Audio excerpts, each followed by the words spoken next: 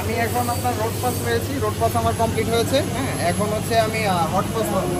তো hot pass হচ্ছে আপনার ভোল্টেজ আর কারেন্টের সেটিংটা আমরা একটু দেখে নিই। হট পাস হচ্ছে আমাদের ভোল্টেজ হচ্ছে 20.5 আর কারেন্ট হচ্ছে 145। আমরা এই কারেন্ট এবং ভোল্টেজে আমরা হচ্ছে হট পাস মারবো। তো বন্ধুরা আপনারা দেখেন আমি কীভাবে হট পাস মারি, আমার ভিডিওর সাথে আপনারা থাকেন।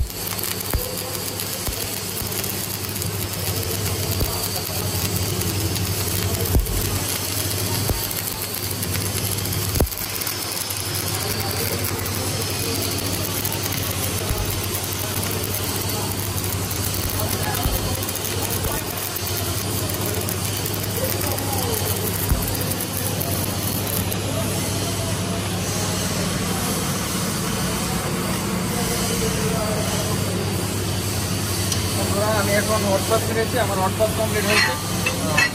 হচ্ছে আমার হটপাস। আমরা এখন হচ্ছে ফিল আপ পাস মারবো। ফিল আপ পাসের ভোল্টেজটা হবে আপনার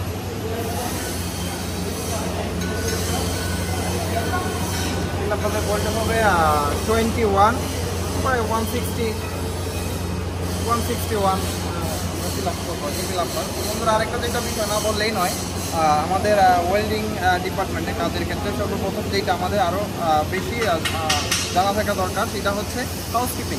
কারণ হাউসকিপিংটা হচ্ছে সেফটি বলতে পারেন, কারণ হাউসকিপিং একটা সেফটি। কারণ হচ্ছে আমরা যদি ময়লা আবর্জনা জড়যুক্ত হচ্ছে আমরা যদি কাজ করি তাহলে দেখা গেছে যে আমাদের অ্যাক্সিডেন্ট হওয়ার সম্ভাবনা আছে। কারণ এখান থেকে ফায়ারিং হলে দেখা গেছে অনেক সময় আগুন লেগে যেতে পারে। তো আমরা যদি হাউসকিপিংটা সবসময় খেয়াল রাখি, হাউসকিপিং করি এবং পাশাপাশি সব কিছু একদম নিট এন্ড ক্লিন রাখি, তাহলে আমাদের কাজ করতে অনেক সুবিধা হয় এবং অ্যাক্সিডেন্ট ঘটার সম্ভাবনা 0% থাকে।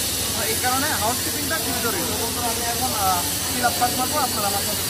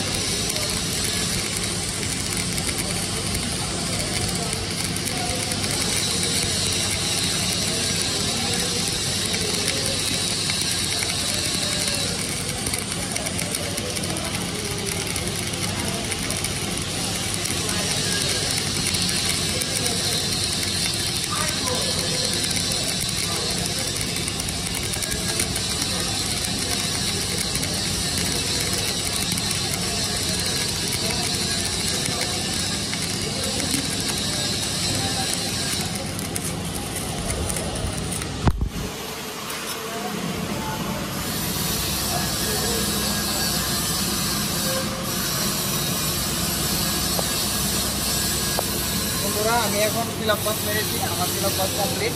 তো ফিল আপ পাস হয়ে গেছে, এখন আমি প্লেটটা একটু ঠান্ডা করে নেব, তারপরে হচ্ছে আমি ক্যাপিং করব।